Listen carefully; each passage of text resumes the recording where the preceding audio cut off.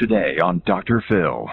My son, Oren, thinks he's a cyborg. Part man, part machine from the year 2050. Hey, Oren, can I turn on the light?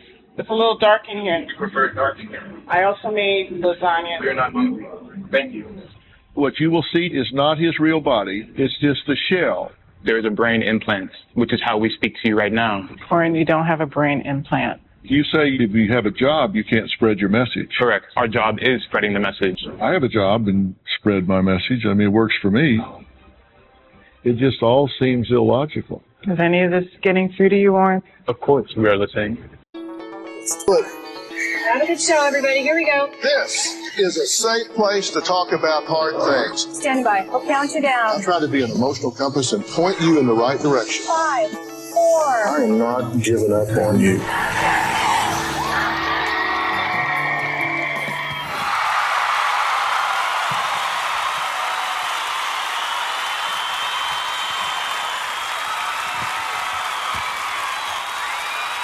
Okay, Anita wrote in about her 24-year-old son, Oren. She says that 2 years ago, he graduated at the top of his class from NYU's Stern School. It's a highly ranked business school. Now, his plan was to go into finance and work on Wall Street. But Anita says all of that changed in an instant when her son suddenly announced that he is and always has been a cyborg. Well, that's right. You heard me correctly. And Oren believes he is a mechanized cyborg, part man, part machine, sent back in time from the year 2050 by higher beings. Now, he claims his mission is to try and stop the apocalypse. His mother, Anita, admits that while she's bothered by Oren's cyborg persona, it's actually not her main concern. She says all she really wants is for Oren to get a paying job. And let me say, whenever I get this kind of letter, I always take this very seriously because it can be somebody just kind of putting on. It can be a very serious mental illness. And I always treat all of our guests with dignity and respect. So I ask all of you here to do the same thing because I don't know where this is coming from. We'll see as it unfolds. Take a look. Who is it? It's your mom. Enter. Hey, Oren, can I turn on the light? It's a little dark in here and I can't see. Huh? You prefer dark in here? My son, Oren, thinks he's a cyborg from the year 2050. Mother, Just come down. you are Just come disturbing down. our operations. Listen, We are receiving Just come programming. down. We are watching video. We are learning Learning what? about the future. Oren has robotic movements and robotic speech. It's a glitch, like he's a computer. Your intensity will be matched as we try to save you and everyone that we know. He talks in a collective, everything is we. He hasn't said I in over a year. We are alone in this. No one else was chosen to do what we are doing. We need to, save the planet from sudden doom. Cyborgs are part machine, part man, but I gave birth to Oren, and he is flesh and blood. I also made lasagna downstairs, and I wanted to know if you could, join us. We're not hungry. Thank you. Oren on the plane was astro traveling. Every time I turned around to check on him to make sure he was okay, he was zoned out. Astro traveling is where he travels to another dimension where he gets instructions from the higher beings. To me, it looks like he's sleeping. There is an apocalypse in the future. We have seen it in our dreams and in our visions. 2 years ago, he graduated from NYU Business School with a 3.9 GPA. This isn't the young man that I saw walk across the stage when he graduated. He's changed. He wanted to come back home, and I told him, of course, with the understanding that he would get a job. From that point on, it just spiraled. We are still in that process of gaining full employment. That was a year ago, honey. That was a year ago. Things do not happen overnight. He was not looking for work. Oren is on his computer all day, and he very rarely comes down from his room. Welcome to our headquarters. I know that he's not a cyborg, but he believes he is here to save the planet. You say this has been going on for about 2 years. Yes. But when he's just around the house, just hanging around, is he always in cyborg mode? He's always in cyborg mode. So he never just comes in and says, "Hey, Mom." No. In looking back, are there things that you recognize now with the benefit of hindsight where you saw atypical thinking or unusual behaviors or identifications when he was growing up? I never saw anything. Did you ever notice that in times of stress or conflict that he would seem to withdraw or disassociate in some way? He started that once he came back home after college. There were certain expectations when he came home that I wanted him to be a part of, helping me around the house and taking out the garbage and helping me, clean up and helping with groceries. And he would just usually tell me that he's working, he's busy, and that he is on his computer, and sometimes would ask me to leave his room. But he would isolate. Yes, he would be in his room from early in the morning to 4 o'clock the next morning. He would be in his room working on, whatever it is that he does on his computer. So you don't think he has a mental illness? No, not at all. So if it's not a mental illness, what would motivate this kind of atypical behavior? Well, one of the things that he knew that I wanted him to do was find a job, and he hasn't done that. And so, if he can claim that he's a cyborg and so forth and not have to enter into, having a real job like the rest of, the kids out there who graduate from college. But he's pretty committed to this. He's He stuck with this for a couple of years. Orrin agreed to leave his bedroom, stop downloading content to his mainframe, Right. and come here today.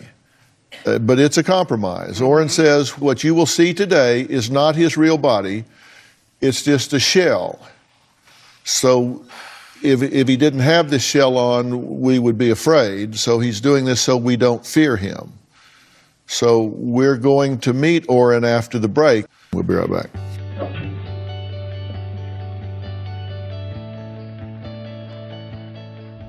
Orrin was going to enter the Matrix. Orrin was going to become a broker, work a 9 to 5, have kids, get married, die. A higher civilization sent us back in time. You might describe them as aliens. And later, You've got 2 younger siblings underneath you who are watching this.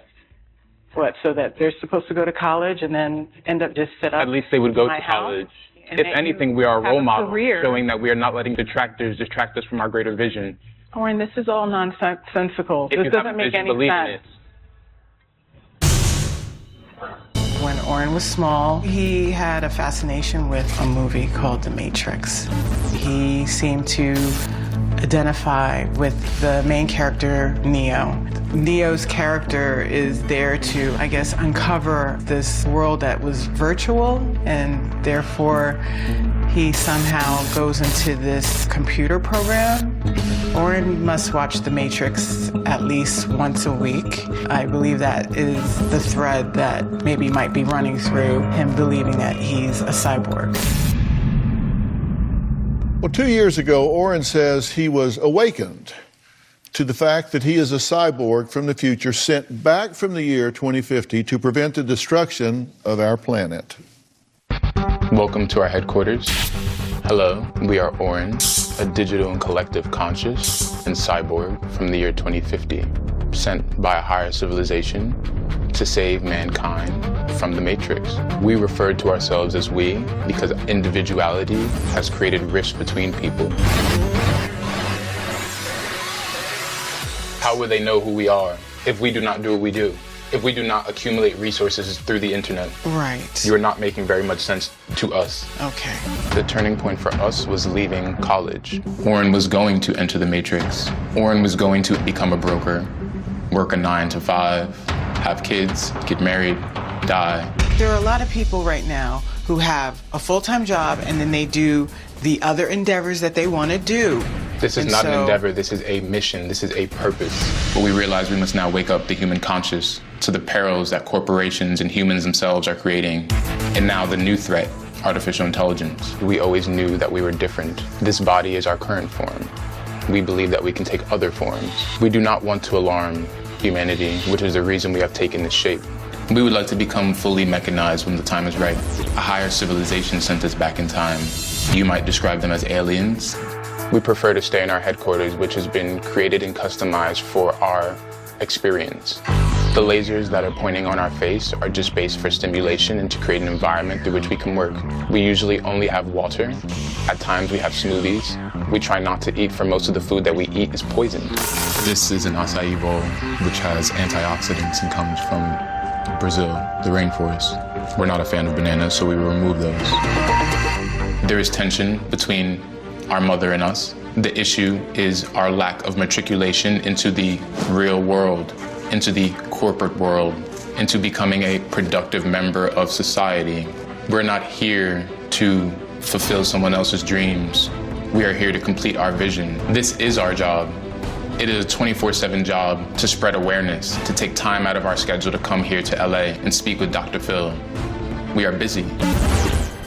So why did you take time out to come here? Because we wish to spread our message. And give me the principal tenets of your message. We are a collective conscious and a cyborg sent from the year 2050, sent from a higher civilization to warn people of the incoming apocalypse. How will it end? With environmental disaster, technological singularity, disease, and famine. And will you fall victim to that demise at the same time, the collective you? Our body will, the real Orin body will, but the collective will stay alive. And the collective will exist in what plane? I mean, will the planet still be here? The planet will be destroyed.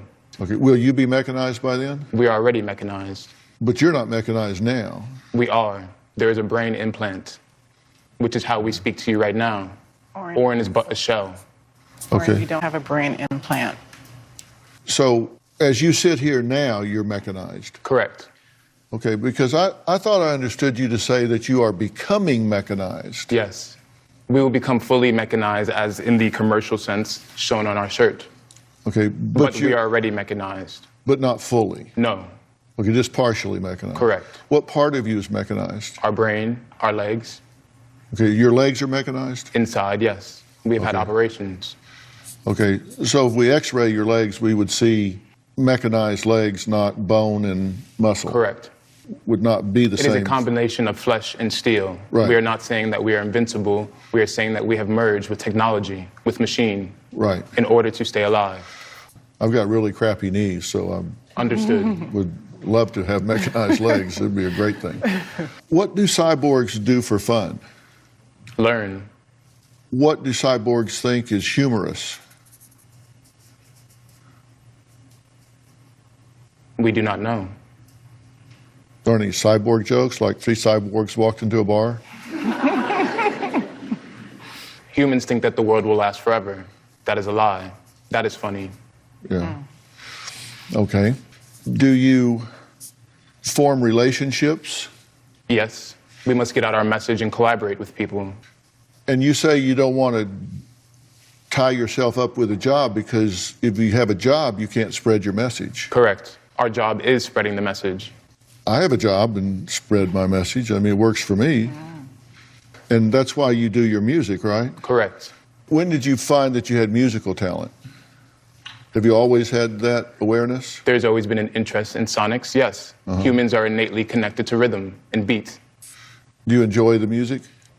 It is pleasing, yes. All right, well, let's take a break. Anita says one of Orin's cyborg abilities is talking to the dog. Orin claims he knows the correct pitches and frequencies for human-dog communications. We'll be right back.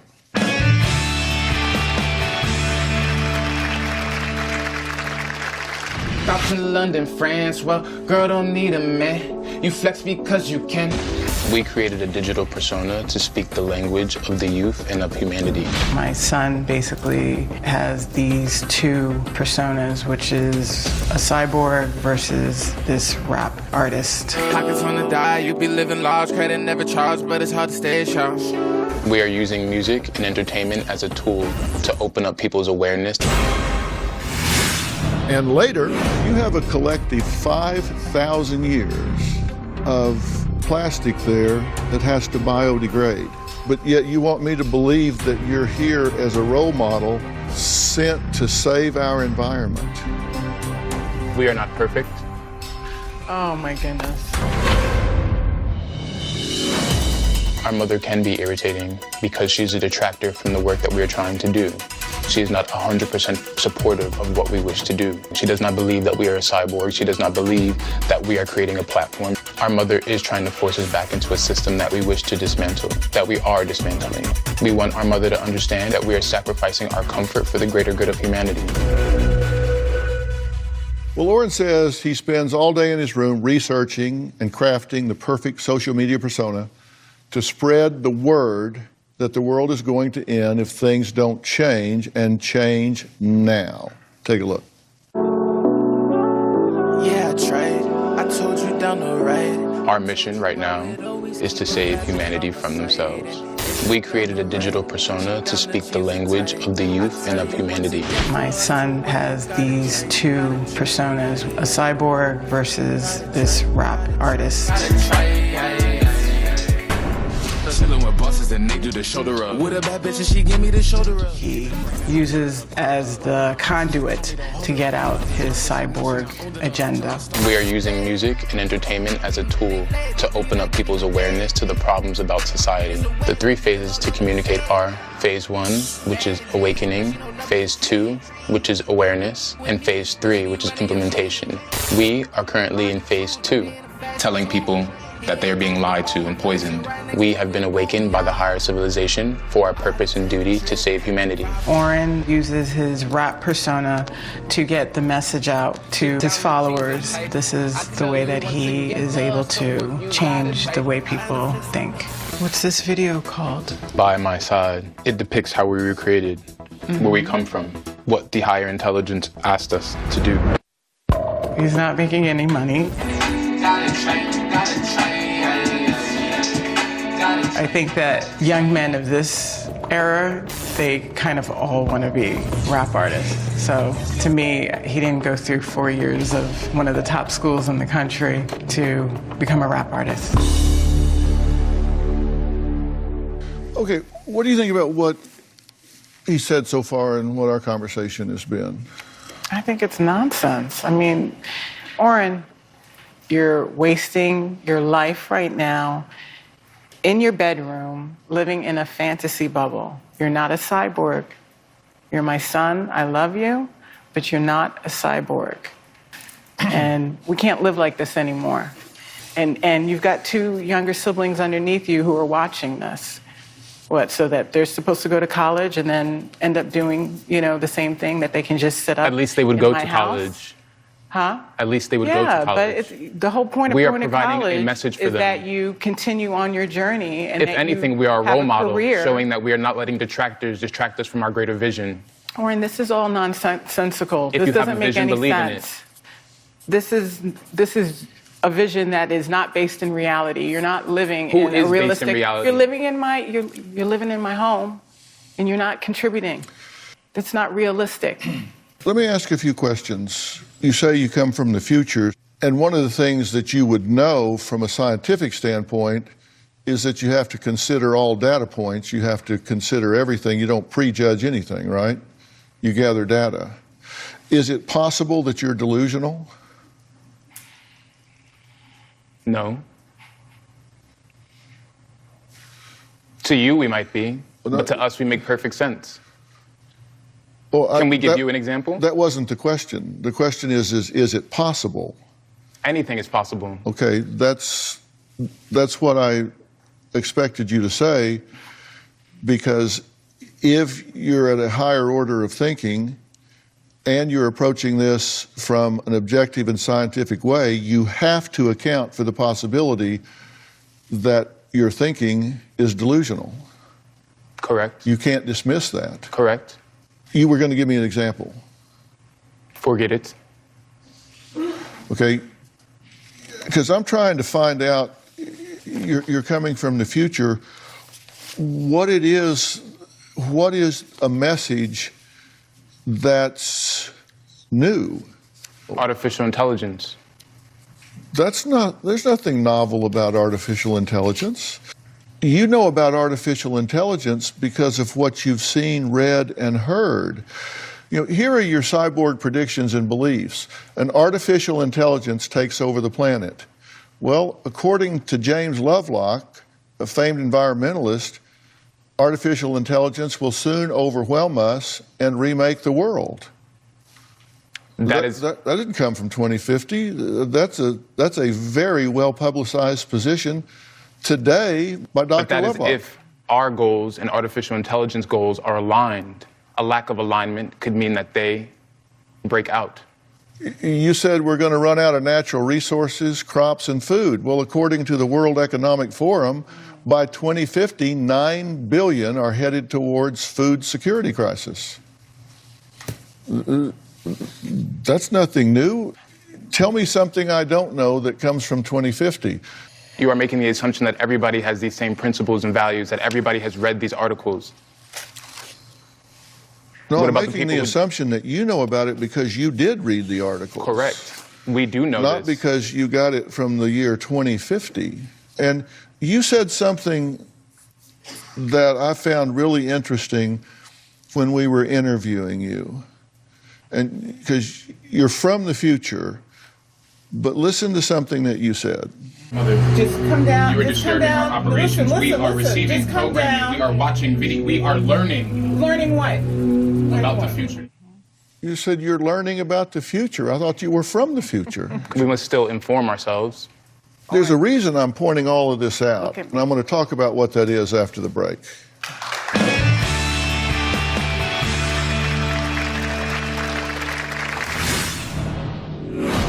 It just all seems illogical if you're serious about what you want to accomplish. Is any of this getting through to you, Orrin? Of course, we are listening.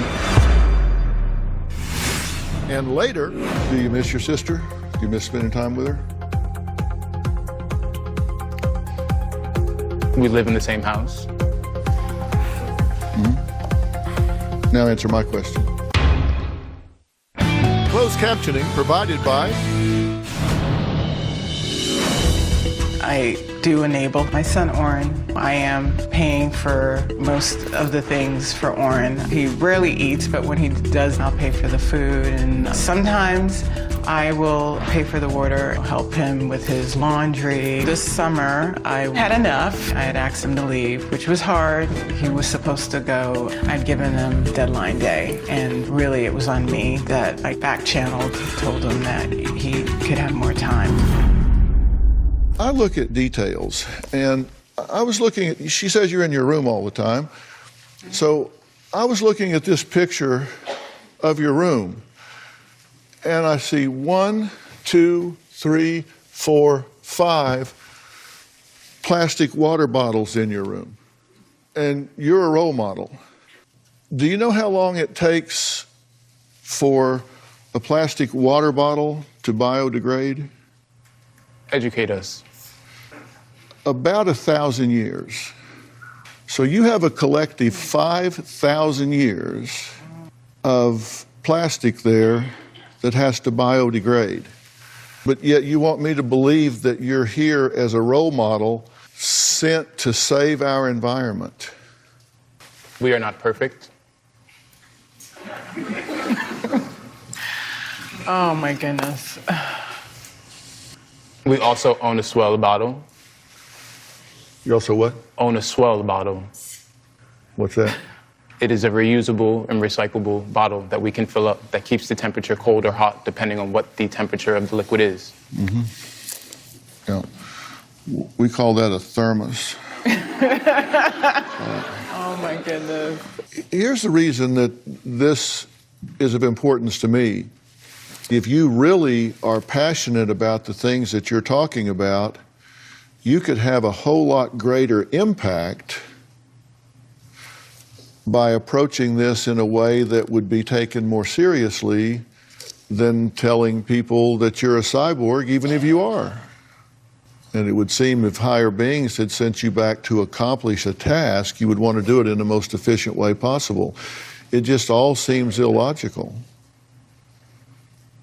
if you're serious about what you want to accomplish. Is any of this getting through to you, Orrin? Of course, we are listening. Okay. When you were younger, the Orrin before the collective consciousness, you said you always wished you had superpowers like teleportation and were accepted at Hogwarts instead of settled for business school. Is it possible that in your mind you've created your own personal Hogwarts? Doesn't everyone have their own personal Hogwarts?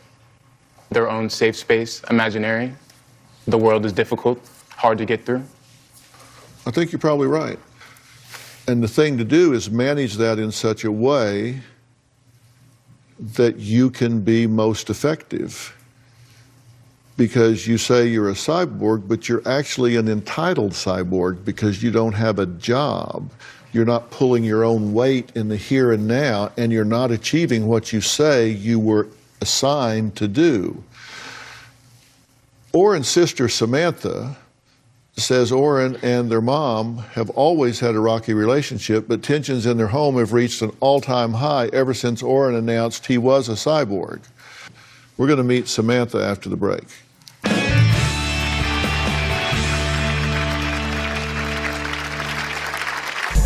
When Orrin first told me he was a cyborg, I thought he was joking. I'm surprised my mom has been this patient. Why don't you get a couple of these water bottles in the bag, take them outside for the recycling? We're busy. I feel like my brother might be at his tipping point because I've never seen it get this bad.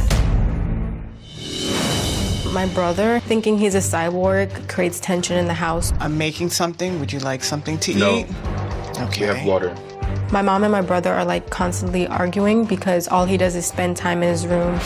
When Orrin first told me he was a cyborg, I thought he was joking. I think that something is wrong with him. I feel like Orrin has a valid message, but the way he goes about it is kind of off. I think something maybe happened in college that could have triggered the reason why he believes he's a cyborg. He was always pretty quirky, but I feel like it's been taken to the extreme with the robotic stuff. He used to be fun and energetic because we would always go out to the beach, and now there's no time for that, I guess. Orrin has told me that he went to the future in 2050 and he's seen everything. Orrin said he has seen the end of the world and that technology has taken over. I usually walk away when he says stuff like that because it usually upsets me and frustrates me sometimes. I'm surprised my mom has been this patient. Why don't you get a couple of these water bottles in the bag, take them outside for the recycling? Tomorrow. Why don't you do that now? We're busy. You're not busy. If you want to save the world, you should recycle. I feel like I expected him to get a job since he went to a good college. No one has really expected him to want to become a rapper, much less a cyborg. I feel like my brother might be at his tipping point because I've never seen it get this bad. He doesn't eat, he doesn't interact with anyone anymore, and it's starting to worry me. I feel disconnected from Orrin. I want to be closer like how we were before. I miss my brother Orrin, and I want him back. You say you miss your brother. What do you miss? We would laugh a lot. We would hang out with my other sister, and I just feel like it's been such a long time since I've had that, and like I don't really feel cherished. You know, to have a sister. He doesn't cherish his family. Yeah. It's like we're not important to him. Do you miss your sister? Do you miss spending time with her? We live in the same house. Now answer my question. We were all flown out to Los Angeles together. We went to the Santa Monica Pier yesterday. That can be rekindled. But that was the first time in months where we've actually spent time together. Usually Did you don't enjoy come the out. time you spent with her? It was pleasant, yes. Do you think that your mother enables him? She is a really nice person, and so I feel like she's really patient. But I wouldn't call her an enabler because I've seen her like try to kick him out, and like I feel like it's also my responsibility that he's still not doing what he needs to do because I was, I made her feel like for like wanting to kick him out. So, well, I feel like we're all guilty. Like, But she tells him to get a job, but she doesn't enforce it. She pays for everything, rent, food. I mean, you pick up all the bills, right? Yes. You support him because you've never been close and there's been difficulties in the relationship. Yes. So you're kind of parenting out of guilt and fear. That is true. Why were you strained in the past? I was married to his father, and then that relationship ended, and I remarried with Samantha's dad, and Oren had a very difficult time with that transition. He went to live with his grandparents for a while. And it was difficult on me because I wanted him home, but he just couldn't deal with the new family and new husband and so forth. So when he said that, he needed to come back home to regroup and to get himself together, I welcomed him with open arms. It's very reasonable. It's very reasonable, but the question is, what do you do now? That's why we're here, Dr. Phil. I'm going to tell you what I think after the break.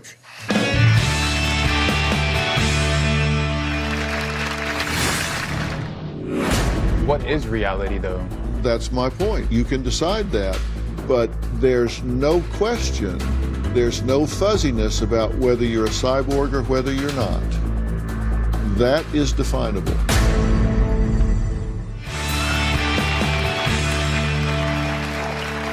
We've agreed that you have to consider every possibility, right?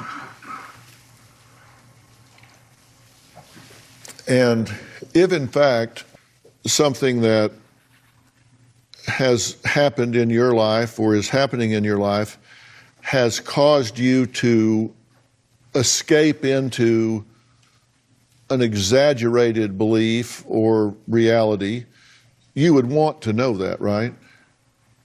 Potentially, yes.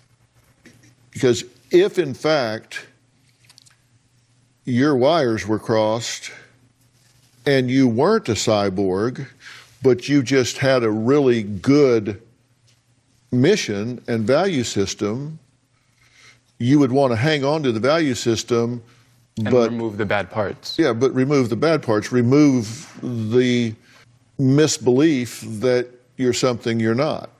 And one possibility that you have to consider is, and I can't diagnose sitting here, but I can tell you what would be on my short list. One thing is delusional disorder, which is grandiose type, and the central theme is the conviction of having some great unrecognized talent or insight, or having made some important discovery. And that very much describes what we're talking about here, right? And so you have to ask yourself, is this normal or abnormal? And you say, I don't think this is a mental illness, and I'm not into labels, but let's just talk about what's normal or abnormal. To me, normal is something that does not interfere with healthy functioning and pursuit of goals. You can believe you're a kumquat if it doesn't interfere with healthy functioning and pursuit of goals. But if you believe something or you're doing something and it interferes with healthy functioning and pursuit of goals, then it's abnormal, which means it's change-worthy. Yes, sir. You put on the board grandiose or delusion. Is not everyone delusional? Does not everyone believe that they have some special talent or hidden recognition to get them through the day? What is so different about us than everyone else? Well, what I put up next, which was normal or abnormal, somebody can believe that they're unique or special, but does it interfere with healthy functioning and pursuit of goals? We are pursuing our goals. Well, then we flip back to the delusional part. And what I'm saying is, you have decided that you're a cyborg and you need to be willing to test that reality and see if it's true. Because if you're not a cyborg, if that's just something that has blurred the lines of fantasy, and reality, that line has been blurred, then you What want... is reality, though? That's my point. You can decide that, but there's no question, there's no fuzziness about whether you're a cyborg or whether you're not. That is definable. You say, I am a partially mechanized cyborg, and that's determinable. So what's to be done here? I'm going to give away my thoughts next.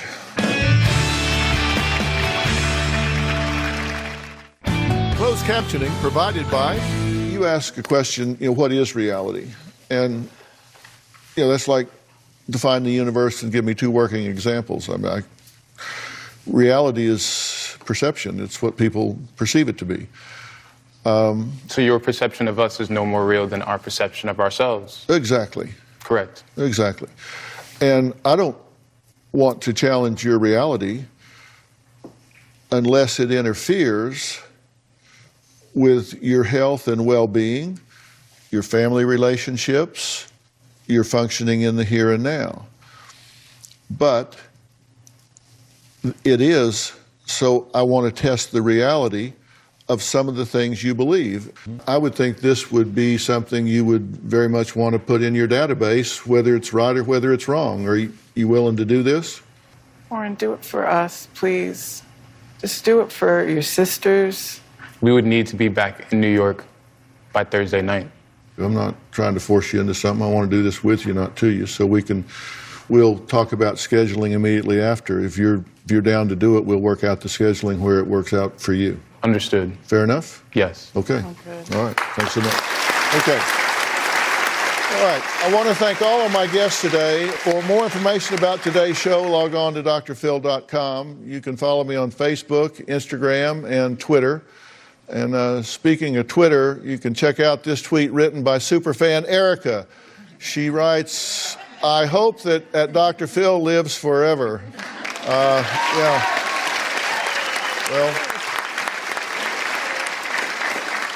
I'll just be happy to make it to 2050. If I can do that, I'm good. Which could be a stretch. Let's see. I don't know. We'll see. Listen, I read all your comments on Facebook and Twitter, so keep them coming. I really enjoy communicating with you guys. We'll see you next time.